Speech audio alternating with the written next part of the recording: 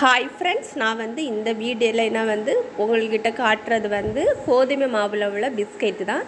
கோதுமை மாவு, அப்புறம் சுகரு, நெக்ஸ்ட்டு எண்ணெய், அப்புறம் நெக்ஸ்ட்டு நெய் இருந்தால் இந்த 4 பொருளை இருந்தால் ஒரு 10 நிமிஷத்தில் நம்ம காப்பி கொடுக்க எந்த ஸ்நாக்ஸும் இல்லைன்னு நினச்சிட்டு இருக்கும்போது ஒரு 10 நிமிஷத்தில் இந்த ஸ்நாக்ஸை நம்ம ஈஸியாக படப்படன்னு செய்யலாம் ஃப்ரெண்ட்ஸ். அந்த ஸ்வீட்டை தான் உங்கள்கிட்ட ஷேர் பண்ணியிருக்கேன். நீங்கள் இந்த ஸ்வீட்டை செய்து பார்த்துட்டு எப்படி இருக்குன்னு கமெண்ட் பாக்ஸில் கமெண்ட் பண்ணுங்கள் ஃப்ரெண்ட்ஸ். இப்போ வாங்க ஃப்ரெண்ட்ஸ், நம்ம வீடியோக்குள்ளே போகலாம்.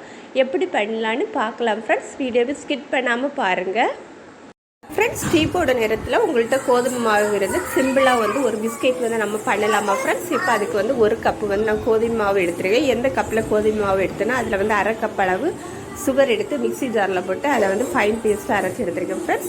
இப்போ அந்த கோதுமை மாவில் மிக்ஸ் பண்ணி நான் கொஞ்சம் நெய் ஆட் பண்ணியேன் ஃப்ரெண்ட்ஸ். ஒரு 3 ஸ்பூன் அளவு நெய் அதுக்கு ஆட் பண்ணி எல்லாத்தையும் நல்லா மிக்ஸ் பண்ணியேன் ஃப்ரெண்ட்ஸ். கை வச்சு அந்த மாவு, சுகரு, நெய் எல்லாம் மிக்ஸ் பண்ணிவிட்டு இப்போ இதை மாவை சப்பாத்தி பதத்துக்கு கொஞ்சம் வாட்டர் விட்டு நம்ம உருட்டடை. ஆனால் இது சுகர் உருகும் தன்மை உடையதுனால நம்ம எள்ளு போல் தண்ணி வீற்றி நம்ம அதை சப்பாத்தி பதத்துக்கு உருட்டணும் ஃப்ரெண்ட்ஸ். இப்போ நான் கொஞ்சம் வாட்டர் ஆட் பண்ணி, நானும் வீடியோ எடுத்தனால அதை காட்டையில் கொஞ்சம் வாட்டர் ஆட் பண்ணி இப்போ சப்பாத்தி மாவு பதத்துக்கு நான் அதை உருட்டியாச்சு ஃப்ரெண்ட்ஸ்.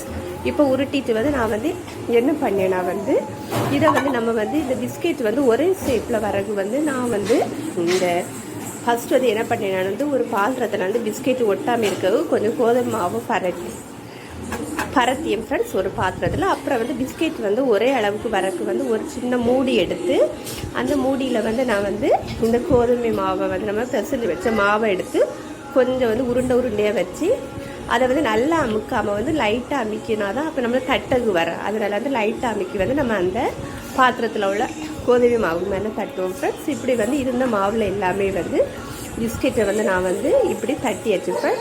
தட்டிட்டு இப்போ என்ன பண்ணேன்னா எண்ணெயை நல்லா கொதிக்க விடியும் ஃப்ரெண்ட்ஸ். எண்ணெயை நல்லா கொதிக்க வச்சுட்டு இப்போ நம்ம இந்த அந்த மூடியிலேருந்து தட்டி எடுத்த பிஸ்கெட்டை நம்ம இப்போ எண்ணெயில் போட்டு பொரிக்கும் ஃப்ரெண்ட்ஸ். எண்ணெயை நீங்கள் ஸ்டவ் ஸ்லோ ஃப்ளேமில் வச்சு பொரிங்க ஃப்ரெண்ட்ஸ். அப்போ தான் நல்லா அழகாக வரும்.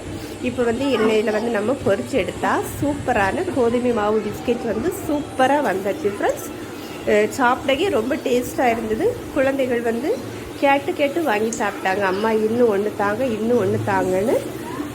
நீங்களும் இதே போல் ட்ரை பண்ணி பார்த்துட்டு எப்படி வந்துன்னு உங்களுடைய கமெண்ட்டை இந்த வீடியோவில் கமெண்ட் பண்ணுங்கள் ஃப்ரெண்ட்ஸ். இந்த வீடியோ பிடிச்சிருந்தால் லைக் பண்ணுங்கள், கமெண்ட் பண்ணுங்கள், ஷேர் பண்ணுங்கள்.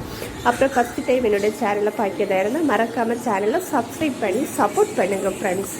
தேங்க்ஸ் ஃபார் வாட்சிங்.